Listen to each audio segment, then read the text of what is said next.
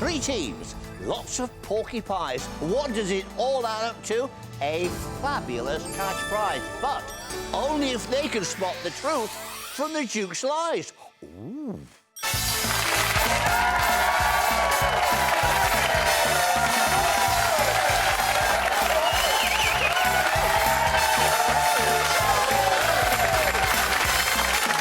Welcome to David Dickinson's Name Your Price. On today's show, Marcus and Mark from Wolverhampton, Kirsty and Wendy from Leicestershire, and Nigel and Susie from Middlesex. And here's your host, David Dickinson. Hello and welcome to the show. Today, my contestants will face the ultimate valuation challenge. They'll have to spot the truth from the Duke's porky pies to win a fabulous cash prize. Now, the couple with the most points will go through to play in the final. That's called the Bobby Dazzler, and that's up for £5,000. But first, round one. Tell us about the game, Sally. Well, David, in round one, there are 3 items to choose from. We have a programme from the Olympics, a pewter tankard, and I'm sure my grandmother had one of these, a cameo. David will only be telling the whole truth about the most expensive item, which is worth £1,000. The other 2 items are worth substantially less. Tell us more about them, David. OK, thanks, Sally. I'm going to talk about each item, but when the bell sounds, my time is up. Right, first up, what we've got here looks rather simply nothing, but it's special. It is a catalogue from the Olympics of 1948, which was held here in London. What makes it so very special? Inside, there is a signature of a woman called Fanny Blancas-Cohen. She was a hugely successful sprinter. They called her the Flying Housewife. She won 4 gold medals in that Olympics. And she signed this particular programme. Now, it's pretty obvious that a lot of programmes were issued on the day, but how many have survived? That's what makes this somewhat special. Think about it. And then here, we have what's called a tankard. It's a staved tankard, so we have this wooden interior, and it has this wonderful pewter decoration all over it. Now, it's dated from about 1700 to 1740, and it comes from the Thuringia region. It is a rare item, and there's some unusual things about this. First of all, we have this lid. Now, this lid came about in the early 1700s because they were concerned that centuries before you'd had the Black Plague, so we wanted to make sure that your beer was all clean and safe and no germs would get into it. So it's absolutely super. It's in good original condition. Think about it. Is that the item you could be looking for? Now, here we've got a cameo. Now, you've seen cameos before. They're shell cameos. They're carved out of shells. But this is something really special.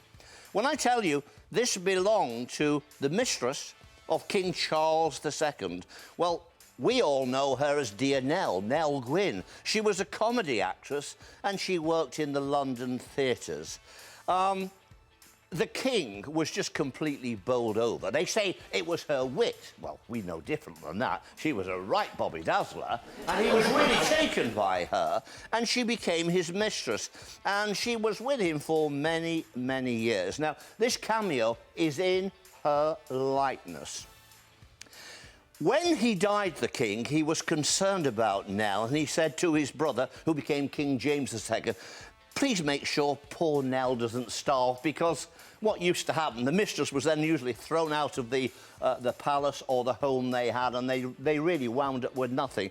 But in this case, the future king did look after her, paid all her debts, and gave her a sizable pension. Sadly, Nell died 2 years later, but the cameo still remains.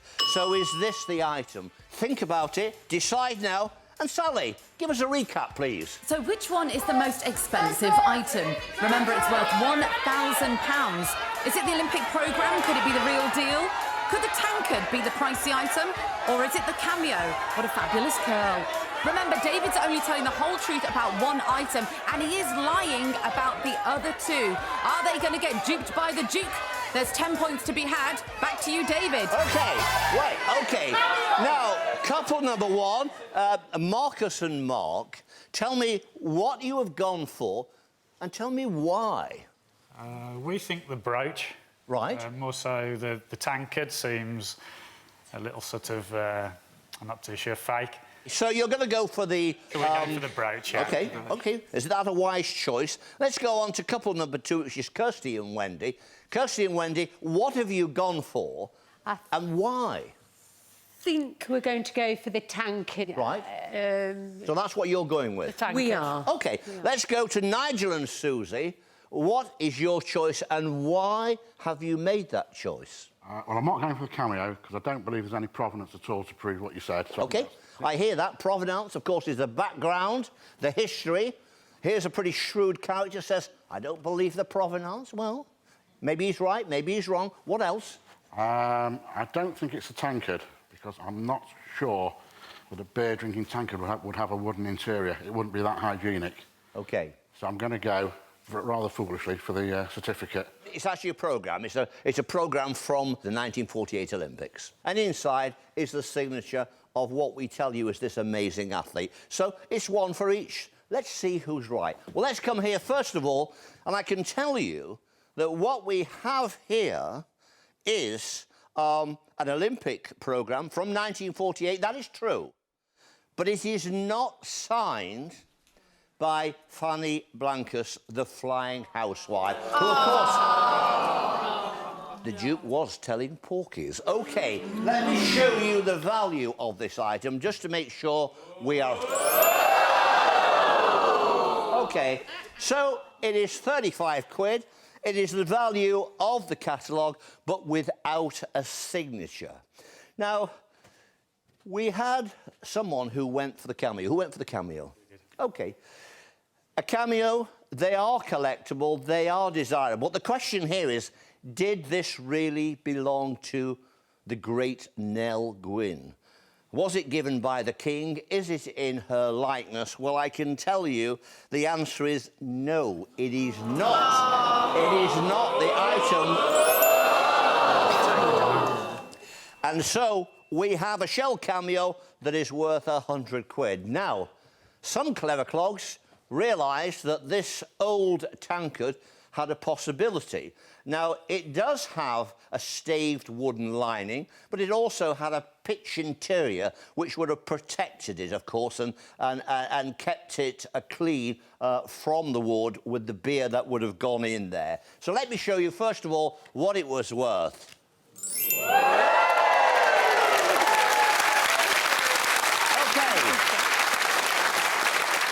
So, Sally, please give us a score so far. So at the end of round one, Nigel and Susie and Marcus and Mark have scored 0 points and been duped by the Duke. That means that Kirsty and Wendy are taking the lead with 10 points.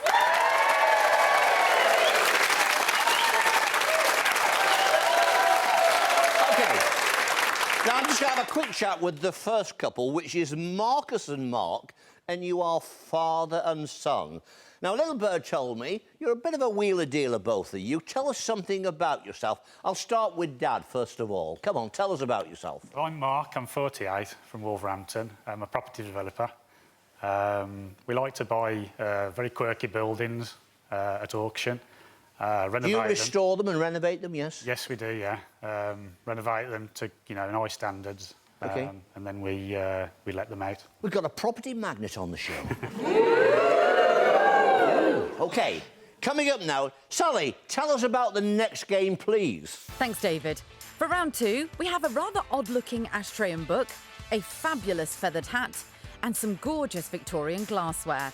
Now, David is only telling the whole truth about one of these items, and he's lying about the other two. This round is worth 20 points, so it's still all to play for. Back to you, David. OK, now you've heard what Sally says, that one of these items I will be telling the truth about, and two, the Duke will be telling porkies about. Well, look at this first item. We have this highly decorative ashtray. Well, it's pretty obvious this was presented to somebody who was perhaps in the military of some kind. We have an ashtray, it has a silver plaque on it, and it has this, what looks like a torpedo-shaped bomb, that's also in silver. It belonged to a very important man during the Second World War.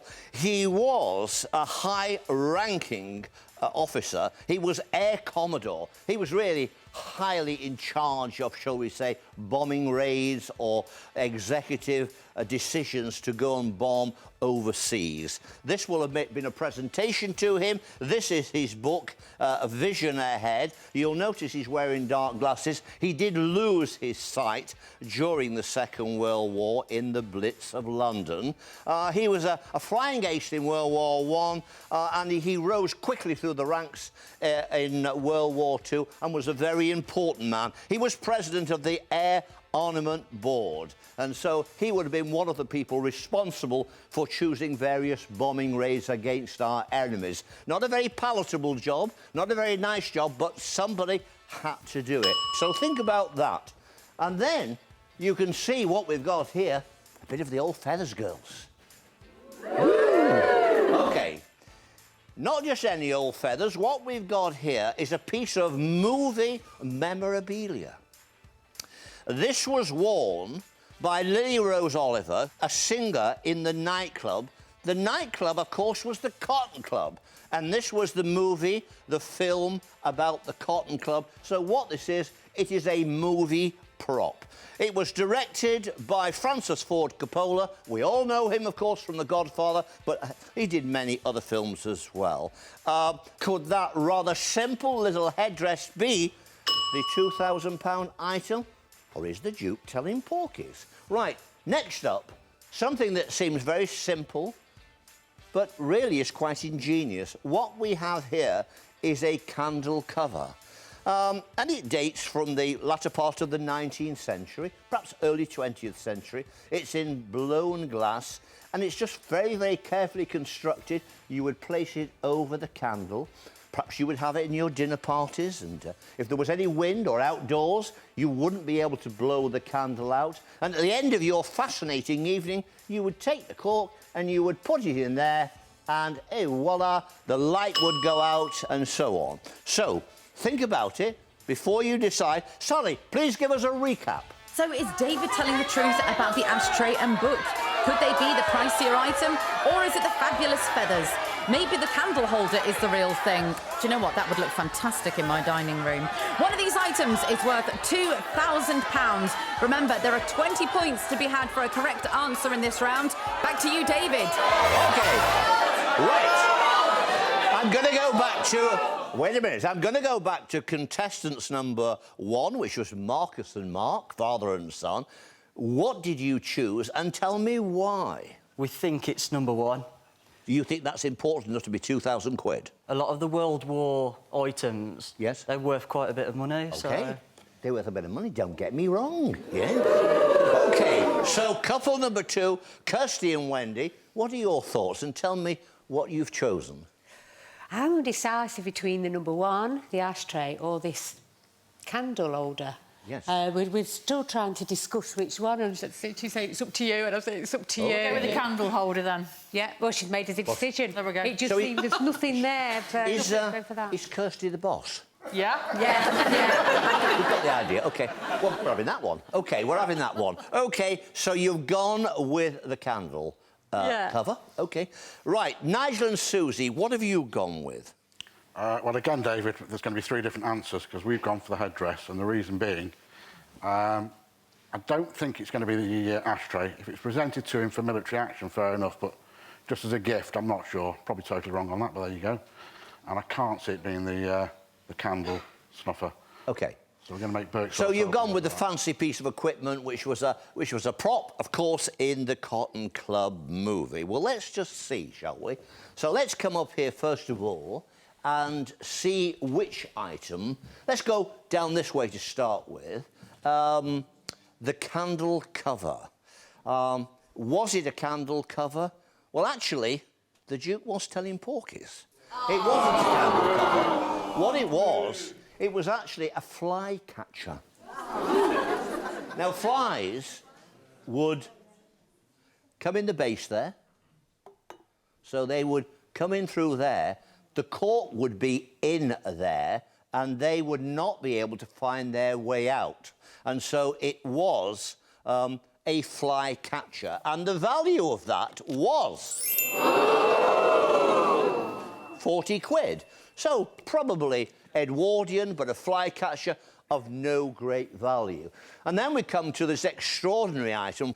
Well, the question is, did it come from the movie The Cotton Club? That's the important thing about it. First of all, let me show you the price and you'll get an idea.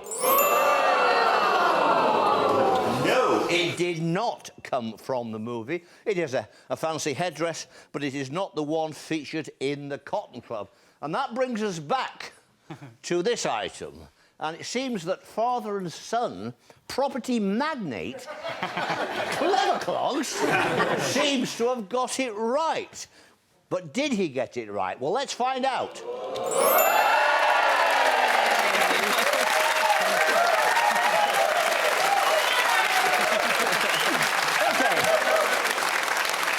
Well, as you saw, this was the real item. It was worth a couple of £1,000. Sally, tell us the scores so far, please. At the end of round 2, the Duke's lies are all too much for Nigel and Susie, and they are on 0 points. Kirsty and Wendy on 10 points, but taking the lead is Marcus and Mark on 20 points.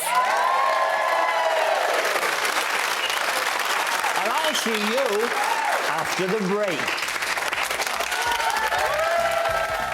Following their marriage in 1890, Auguste Renoir's wife, Aline, appears in every single one of his paintings. Is that true, or is it a porcupine? Find out after the break.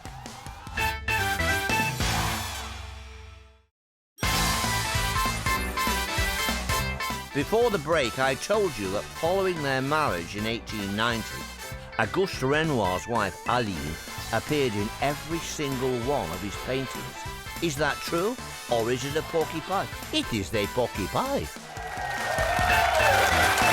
Welcome back to David Dickinson's Name Your Price. First of all, I'm going to chat to couple number 2, which is Kirsty and Wendy.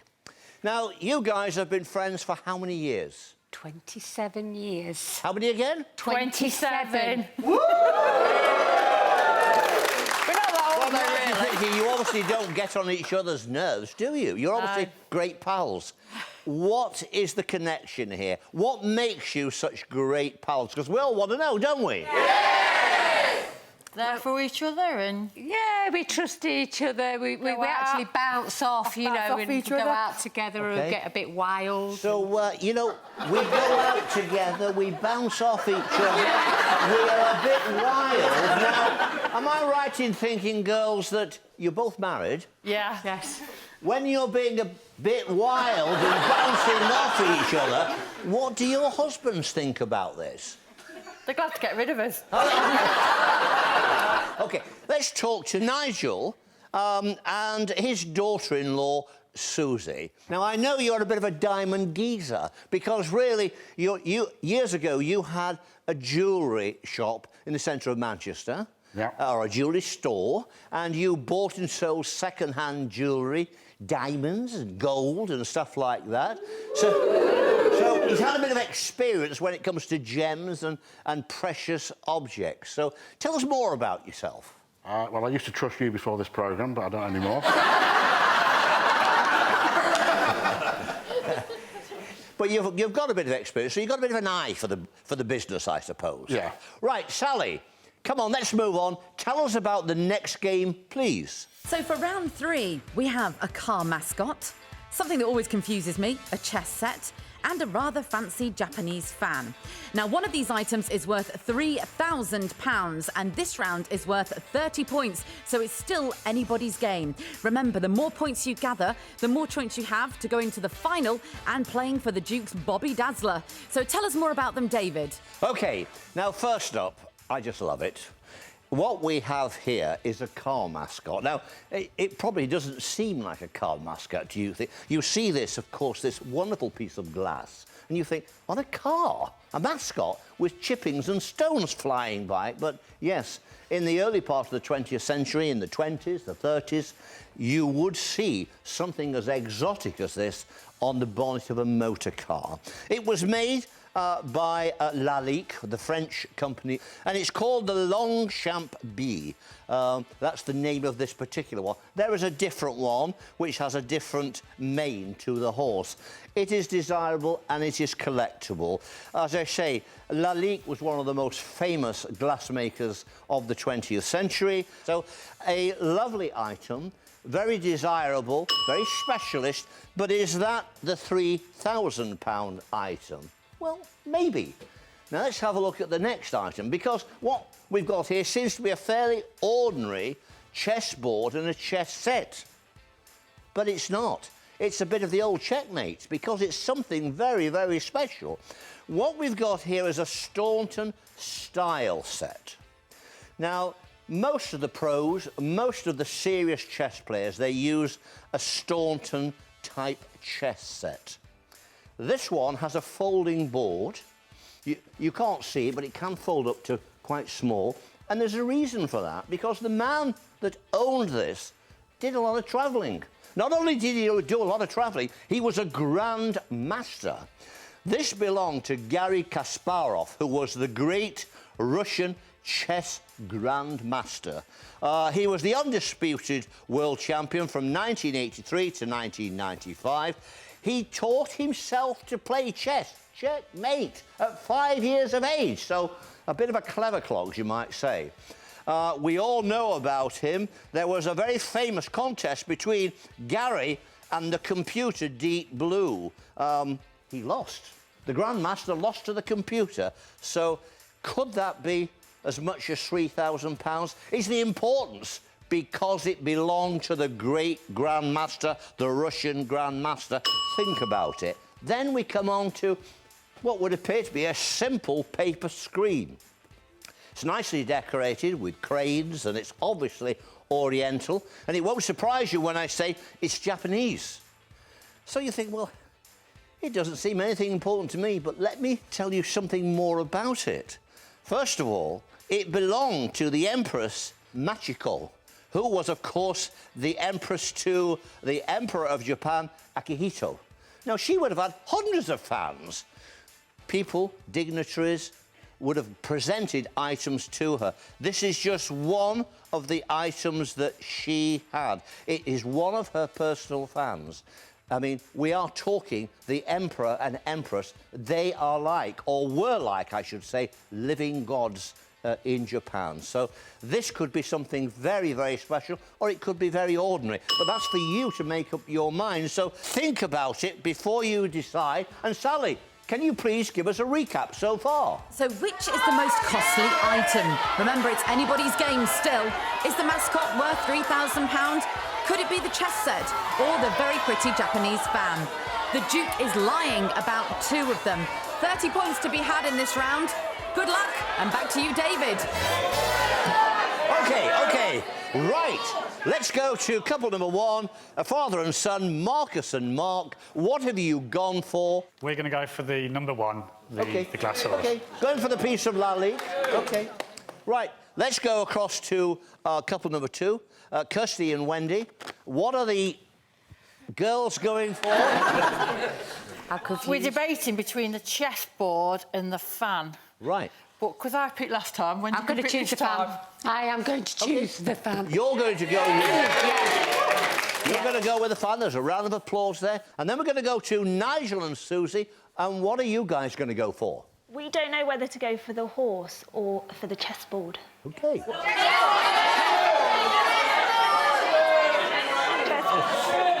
We're going to go on the basis you're telling the truth, which is very dubious. If that's a leak, that's the one with the £3,000 value. OK, so you've decided to go with the Lalique horse. We have two with the Lalique horse and we have one with the fan, OK? Well, let's have a look, shall we? Let's have a quick look. I'll start down that end. Well, I'll start here. We have no one with a chess set. And, of course, the Duke was telling you this belonged to a grandmaster, to Garry Kasparov. Was this his personal chess set? He was a grandmaster. He was very, very important.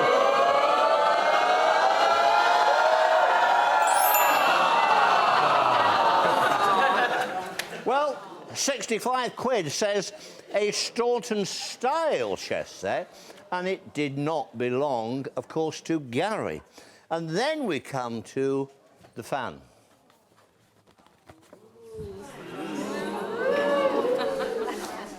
Is this the fan that belonged to the Empress?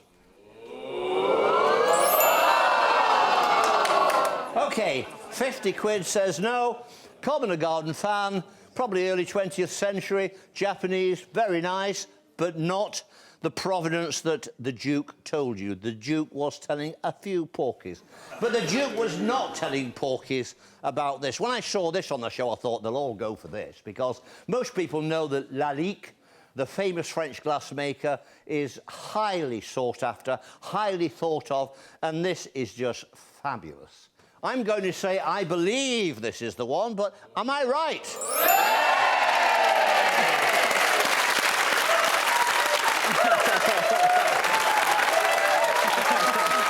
OK.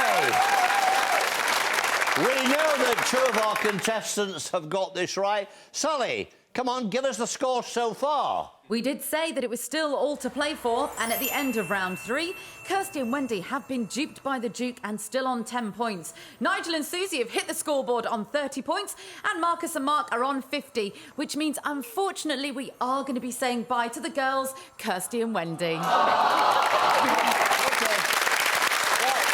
Let me just say, first of all, Kirsty and Wendy, you've been great fun. You've lived up to this title of the Fun Girls. And you've known each other for such a long time. Commiserations, you didn't quite get there, but I thought you were going to make it all the way. But nevertheless, give them a hand of applause, please. OK. And for you at home, did you get it right? Well, see you after the break. Claude Monet's father was not a fan of his son's painting and wanted him to become a greengrocer. Is that true, or is it a porky pie? Find out after the break.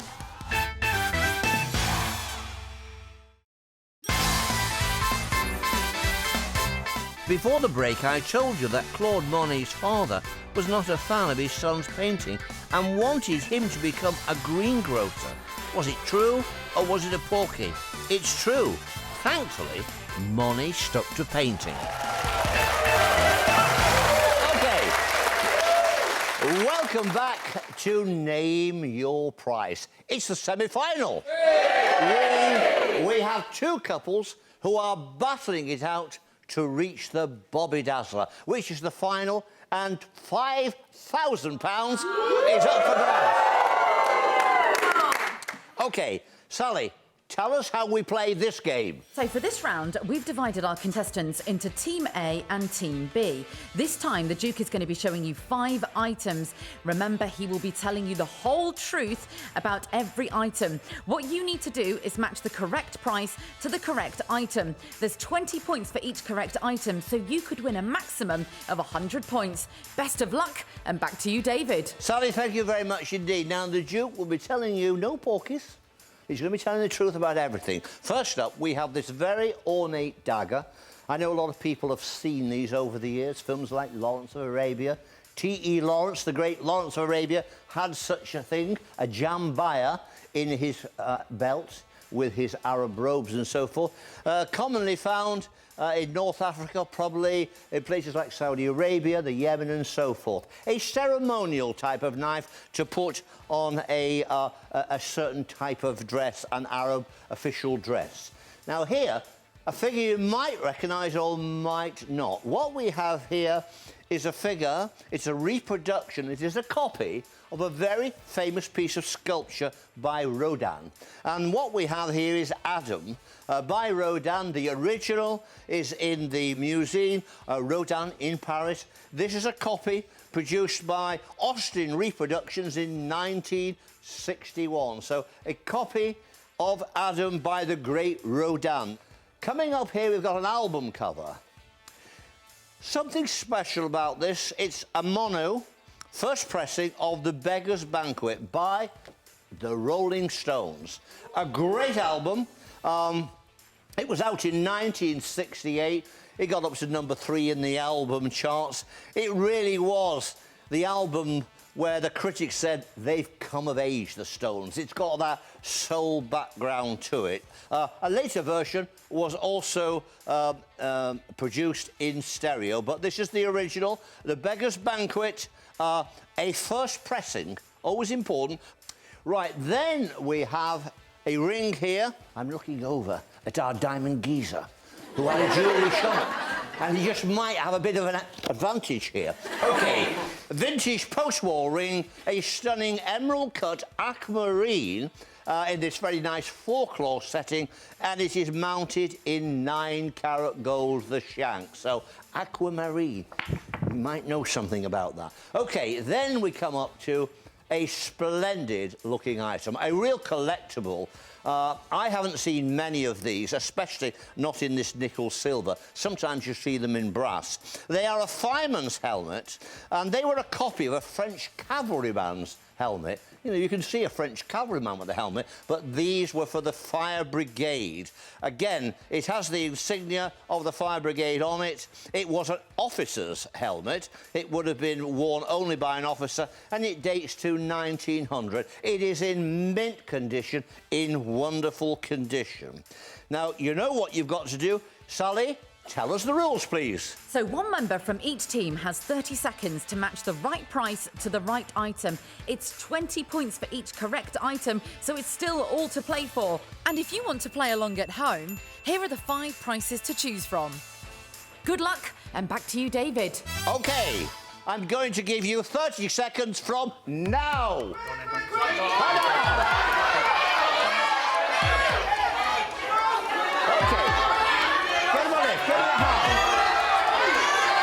20 seconds. 20 seconds. 15 seconds remain. 15 seconds. And we're counting down from 10, 9, 8, 7, 6, 5, 4, 3, 2, 1. Your time is up. OK. Time is up. More difficult than it looks, I can tell you. Right.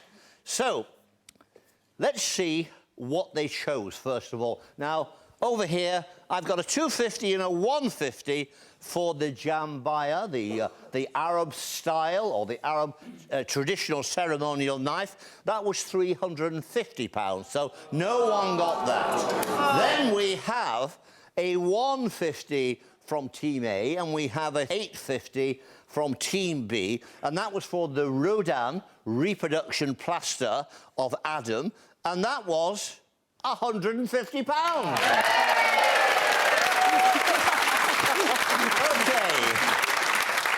Then we have an £850 and a £1,500 for the first pressing of The Beggar's Banquet. Was that the right answer? Well, it was only 250 quid. Then we have the vintage ring. Now, you know we have someone who's a bit of a diamond geezer on the show. We're going to find out how much of a diamond geezer now. We have a 350 and we have a 350. And the vintage ring was worth £850.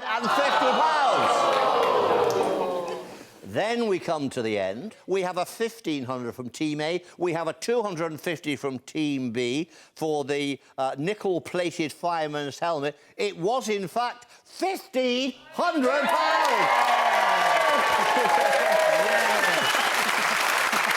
OK. Sally, give us the score so far. We all get very giddy during the semi-final, but I can reveal that Nigel and Susie scored no points and are still on 30 points. But taking the lead and going through to the Bobby Dazzler is Marcus and Mark on 90 points. OK.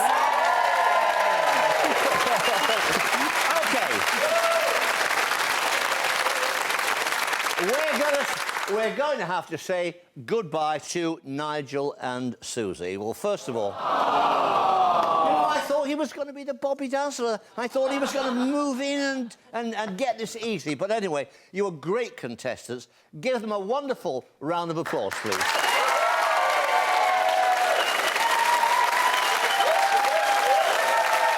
OK. After the break, we're going to be playing for the Bobby Dazzler. It is worth £5,000. Best of luck to you guys, and I'll see you after the break. The world's oldest auction house still operating today is in Sweden.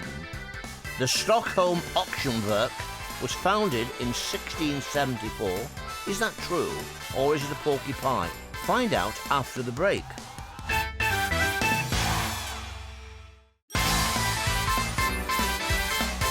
Before the break, I told you that the world's oldest auction house still operating today is in Sweden. The Stockholm Auctionwerk was founded in 1674. Is that true, or is it a porky pie? Well, it's true. The name translates as Stockholm's Auction House.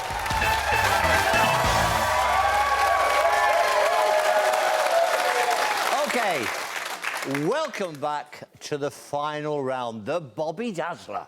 Yay! There's £5,000 up for grabs here. Solly, come on, tell us how we play the game. Now, David is going to tell you the truth about two items. One is worth £5,000, the other is worth substantially less. Take note, he will tell the truth about both of them. He just won't tell you which one is worth £5,000, so choose carefully, as you'll be taking home the cash value of the item you pick. Good luck, and back to you, David. Right, Sally, thank you very much indeed. Now, I'm going to talk, as Sally says, about the two items. And I'm going to talk honestly, and I'm going to try and make an even playing field so you get as good a chance as anyone to win the £5,000 prize. And I'm going to start over there. Rock and roll memorabilia. Now, you don't come from this part of the world, but I'm going to tell you about a nightclub in Manchester. It's called the Hacienda. Yay! It's called the Hacienda. Yay! Now, those of you that remember nights in the Hacienda, well, you didn't have a good night, if you remember it. It was an iconic nightclub here in Manchester. And it's all about the Manchester sound, the Manchester music, the Manchester bands, really, you know. And this was a most amazing nightclub. Now, what we've got here, it's an amazing piece. And it was made by a man called Brian Eastwood. Now, probably wouldn't mean anything to you, that, but it was made in 2015. Remember, the Hacienda closed down, was pulled down, and, of course, apartments were built there. And the wood that's in that guitar came from the floor of those of us that remember what was going on there, which was fantastic. Okay. It's an amazing thing. And we think of, when we think of the Hacienda, we think of the late visionary Tony Wilson. And Tony Wilson worked for Granada, and he was a visionary. He was a man who supported the Manchester sound. You know, we had the Stone Roses, Ian Brown. I've met Ian, he's a fabulous guy. The Happy Mondays, it was all there happening. 6 were produced. I can tell you that Peter Hook of the Joy Division, A New Order, he got the first one. And there's number 2. And there are 4 more. I'm told they went overseas, but I don't know for sure. So the question is that item, though comparatively modern, but because of the legendary place it comes from, is that 5,000 quid? So think about it. Then I bring you across to here, and something which looks quite insignificant. It is a small glass bangle, possibly for a child, or certainly for a woman with a very small hand and wrist to be able to put that around. But I would have thought for a child. But what's so different about this is Byzantine. So the Byzantine Empire came from the 10th to the 12th century. It was originally Greek, then Roman, Byzantium, and then it became the Ottoman Empire. So we're talking really about today, modern-day Turkey. We are talking about what was Constantinople is Istanbul. But when that was produced, it would have been Constantinople. And it would have been, say, somewhere within the 10th to the 12th century. It is highly decorative, and it is, of course, a great age. But how has it survived all those years? It was obviously found by someone, treasured, put to one side, perhaps been in a museum or an exhibition and so forth. So the two things are quite different. One is worth £5,000 and one is worth considerably less. Is it the big and brash, the guitar which has the legendary background? Is it the small, insignificant, rather beautiful, rather pretty, that has survived almost 1,000 years intact? So it is for you to think about. Think carefully and make up your mind. I'm going to ask the audience. What do you think, audience? Which one should they choose? Could the bangle be the pricier piece, or is it the guitar that's got the Duke moving? Can you help them decide, David? Okay, careful. You don't bang into that. Something that's lasted for 1,000 years. I don't want it to break up now. Okay, remember, they're all shouting for the guitar. What do we think? But these... But these are all Manchester people. Half of these guys here, they were down there at the hacienda. Okay. Bangle. What do you think? What do you think, Marcus? Can I ask my mum's idea? You can ask your mum. Where's your mum? I'm going to run across there. Stand up. Let's have a look at you. So, OK, come on. What do you think? I've got a good feeling about the bracelet, as I feel the guitar might be significant to Manchester. OK, you've heard what she said. OK, go. You heard what Mum says, so I'm going to ask you for an answer. What does the audience think again? The guitar, I think. The guitar. No. Yeah. I think the guitar. I know my wife said the bangle, but we're going to go for the guitar, aren't we? OK. Yeah. You've made a decision to go with the guitar. Your wife says the bangle. Your son, I think, was thinking the bangle, but... And this is a Manchester audience. Are they being swayed because of the hacienda? I don't know, but it's not as easy as this, because... Come on round here. Right, stand there, let the camera have a look at you. So, the Duke likes to carry a few quid around.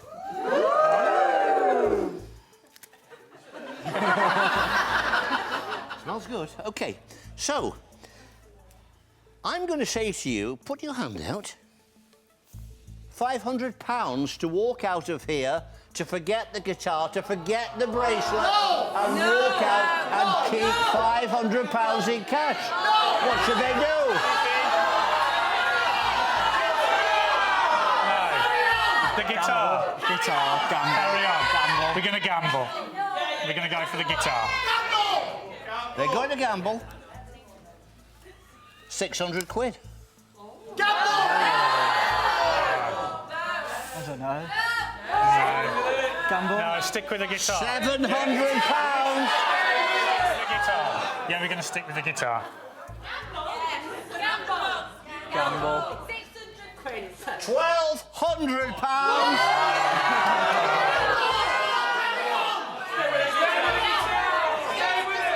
Serious money. £1,200, £1,200 to walk out of here. You can be down the pub in 5 minutes' time, spending that. No, we're sticking. We're going to go for the guitar. I'm going to give you one more opportunity. You can change your mind if you wish and go from the guitar to the bracelet at this stage, if you wish. But if you go that way, you cannot reverse and go back again. So there is an opportunity here. Make up your mind what you're going to do now. Yeah, we're going to stay with the guitar, David. OK, give it back. You sure? OK. Sure. So, the question is it the guitar? Or is it the Byzantine bracelet? I got it wrong, all right.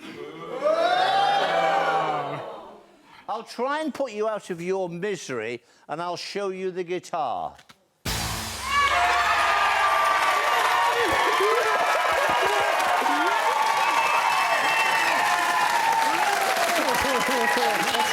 And you've gone.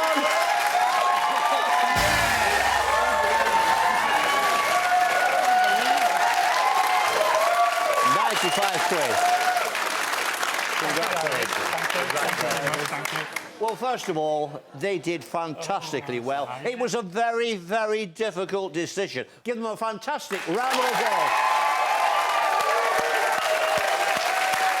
Okay. That's it for today from Name Your Price. See you next time. Don't be late. Didn't they do well? Yeah!